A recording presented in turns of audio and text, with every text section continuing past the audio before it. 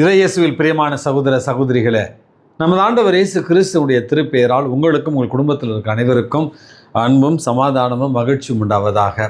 அன்பு மிக்கவர்களே, ஒரு வாரமாக உங்களிடத்தில் நான் ஜெபிக்க கேட்டுக்கொண்டிருந்தேன். டெல்லியில் நீட் தேர்வுக்கு எதிராக போராடி கொண்டிருக்கிற மாணவர்களுக்காக. அன்பு மிக்கவர்களே, அரசு அந்த மாணவர்களுடைய நேர்மையான உண்மையான அந்த கோரிக்கைகளை ஏற்று அவர்களுடைய கோரிக்கைகளை நிறைவேற்றி தருவதற்காக அவர்கள் உறுதியளித்திருக்கிறார்கள். எல்லா மாணவ மாணவிகளுமே தங்களுடைய வீடு திரும்பி கொண்டு இருக்கிறார்கள் என்பது மிகவும் சந்தோஷமான ஒரு செய்தி. நிறைய பேர் நம்மக்கிட்ட கேட்கலாம், என்ன ஃபாதர் நீங்கள் அடிக்கடி ப்ரேயர் பண்ண சொல்கிறீங்க அப்படி என்று. நம்ம ப்ரேயர் பண்ணினா பாருங்கள் எவ்வளவு அதிசயம் நிகழ்கிறது என்று. ஒரு பக்கம் மாணவர்களுடைய தொடர் போராட்டம், விடாமுயற்சி, மன துணிவு. இன்னொரு பக்கம் நம்மளால் முடிஞ்ச இந்த ஜெப உதவி தாங்க. ஏதோ உலகத்தில் எந்த ஒரு மூலையில் இருந்துக்கிட்டு ஐயோ ஃபாதர் சொல்கிறாரு அந்த பிள்ளைகளுக்காக ஒரு ஜெபம் சொல்லலாமேன்னு நீங்கள் சொன்ன அந்த ஜெபம் கடவுளால் ஏற்கப்பட்டிருக்கிறது. அதனால் ஜெபத்தின் வல்லமை உண்மையாகவே மிக பெரியது. வெறும் ஜெபத்தினாலேயே எரிகோ மதில்களை தகர்க்க செய்ய வல்லமை உடையது நம்முடைய ஜெபம். ஆகவே தொடர்ந்து ஜெபிப்போம், ஜெயத்தை மட்டுமே நம்முடைய வாழ்க்கையில் பெற்றுக்கொள்வோம்.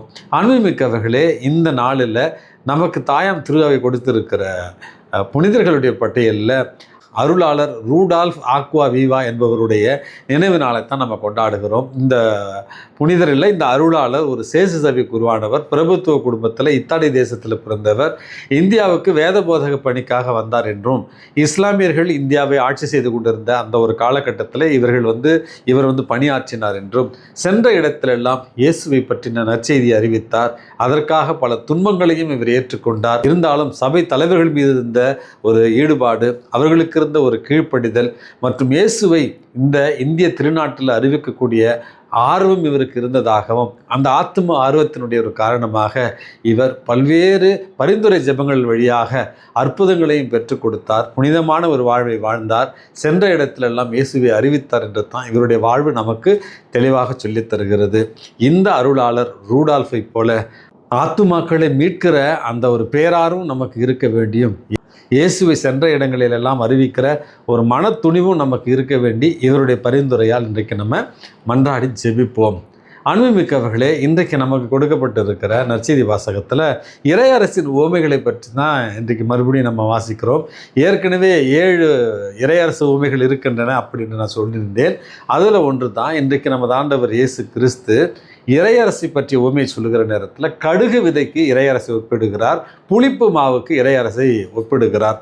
கடுகு விதை எப்படி பார்ப்பதற்கு மிக சிறியதாக இருந்தாலும் அது வளர்ந்த பிறகு பறவைகள் கூடு கட்டி அதில் மகிழ்ச்சியாக இருக்கிற அளவுக்கு அது உயர்ந்து வளர்கிறது. அதுபோல தான் இறையரசனுடைய தொடக்கம் மிக எளிதாக இருந்தாலும் அது வளர்ந்த பிறகு பலருக்கு நன்மை பயக்கக்கூடியதாக மாறும் என்பது தான் இந்த கடுகு விதைக்கு ஒப்பிடுகிற ஒரு உவமையை நம்ம பார்க்கிறோம். கடுகு விதையா? கடுகு செடி நம்ம ஊர்லலாம் இவ்வளோ தானே ஃபாதர் இருக்குது அப்படிங்கிற ஒரு ஐயம் உங்களுக்கு ஏற்படலாம், எனக்கும் ஏற்பட்டுச்சு. பிறகு விவிலியத்தை கொஞ்சம் வாசிக்கிற நேரத்தில், விவிலிய விளக்கங்களை கொண்டு வாசிக்கிற நேரத்திலாம் புரிந்தது. பாலஸ்தீன பகுதியில் அந்த கருப்பு கடுகு விதை என்பது 6 to 14 அடி வரையில் வளரக்கூடிய ஒரு பெரிய செடியாக வளரக்கூடியதான். பார்ப்பதற்கு மிக சிறிய விதையாக இருந்தாலும் வளர்ந்த பிறகு பறவைகள் கூடு கட்டி தங்குகிற அளவுக்கு பாலஸ்தீன பகுதியில் அவைகள் கொஞ்சம் உயரமாக வளரும் என்று சொல்லுகிறார்கள். அனுபவமிக்கவர்களே, இதுதான் இறையரசனுடைய இந்த கடுகு விதையினுடைய உவமையாக நம்ம பார்க்கிறோம். சிறிதாக இருக்கிறது, வளர்ந்த பிறகு அது பலருக்கு உதவி செய்கிற அளவுக்கு வளர்வது இறையரசனுடைய ஒரு முக்கிய சாராம்சம் என்று நம்ம புரிந்து கொள்ளலாம். இரண்டாவது, புளிப்பு மாவு சிறியதாக இருந்தாலும் அது வைக்கப்பட்ட பிறகு தன்னை சுற்றி இருக்கிற மற்ற மாவுகளை அது புளிப்பாக மாற்றி அவை மற்றவருக்கு பயன்படுகிற அளவுக்கு அது ஒரு கருவூக்கியாக மாறுகிறது. தன்னை மாற்றிக்கொள்ளாமல் தன்னை சுற்றி இருப்பவர்களை அது மாற்றுகிறது என்பது தான் புளிப்பு மாவினுடைய ஒரு உவமை.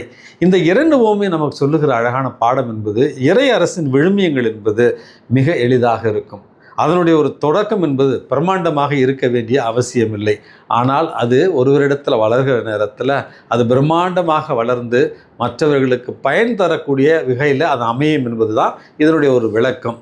உதாரணத்திற்கு நாம் செய்கிற ஒரு ஜெபம், அதாவது நான் இந்த இன்றைய மன்னா வீடியோ மூலமாக டெல்லியில் நடக்கிற போராட்டம் கூடிய விரைவில் முடிவுக்கு வர வேண்டும் என்று நான் இங்கே ஒரு விதையை விதைக்கிறேன். இந்த விதையை உலகமெல்லாம் இருக்கிற இன்றைய மன்னா உறவுகள் அதை பெற்றுக்கொண்டு அவர்களும் ஜெபிக்கிறார்கள். ஒரு சாதாரண விதைத்தான், நம்மள தோன்றிய ஒரு சின்ன ஜெபந்தான் இன்றைக்கு மிகப்பெரிய ஒரு மாற்றத்தை கொண்டு வந்திருக்கிறது. அமைதி பேச்சுவார்த்தையின் மூலமாக இன்றைக்கு அந்த மாணவர்களுக்கான நீதி கிடைத்திருக்கிறது. ஒரு சின்ன செயல் மிகப்பெரிய ஒரு மாற்றத்தை, மிகப்பெரிய ஒரு பேரழிவை இன்றைக்கு தடுத்து நிறுத்தி இருக்கிறது. நம்ம இன்றைய மன்னாவில் இந்த உலகத்தினுடைய அமைதிக்காக, குறிப்பாக பாலஸ்தீன இஸ்ரேல் போர் நிறுத்தப்படுவதற்காகவும், ஈராக்கு மற்றும் அமெரிக்க நாட்டுக்கு இடையிலான அந்த போர் நிறுத்தப்படவும், உக்ரைன் ரஷ்ய நாட்டிற்கு இடையே போர் நிறுத்தப்படவும் பல மாதங்கள் நம்ம ஜெபித்தோம். பல மாதங்கள் ஜெபித்ததின் ஒரு விளைவாகத்தான் ஓரளவு முழுவதுமாக நிறுத்தப்படவில்லை, ஓரளவு அமைதி கொண்டு வரப்பட்டு இருக்கிறது என்பதுதான் நிதர்சனமான உண்மை. அப்படி என்றால் நாம் செய்கிற ஒரு சிறிய நற்காரியம், ஒரு சின்ன ஜெபம், ஒரு சின்ன உதவி, அல்லது ஒரு எளிமையான ஒரு மன்னிப்பு, அல்லது ஒரு சின்ன பகிர்வு, அன்பு உதவி, இவைகள் பார்ப்பதற்கு எளியதாக இருந்தாலும் அதை நம்ம தொடர்ந்து செய்கிற நேரத்தில் இறையரசின் விழுமியங்களாய் அது பழுகி பெருகி நல்ல மாற்றங்களை இந்த சமுதாயத்தில் கொண்டு வரும் என்பதைத்தான் இயேசு நமக்கு சொல்லித் தருகிறார். ஆகவே இறையரசை கட்டுவதற்காக நீங்களும் நானும் பெரிய உதவிகளை எதுவும் செய்ய தேவையில்லை.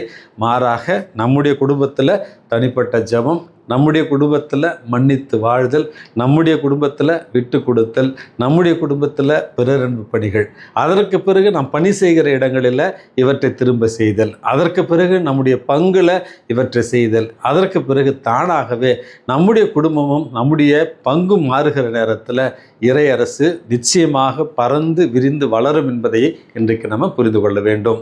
நம்முடைய நற்செயல்கள் மூலமாகவும், நம்முடைய சிறிய சிறிய முயற்சிகள் மூலமாகவும் இறையரசு இந்த மண்ணில் பறந்து விரிந்து வளர்ந்திட இறைவன் உங்களையும் என்னையும் தூண்டுவாராக.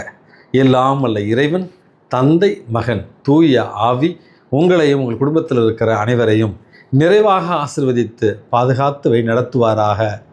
ஆமேன்.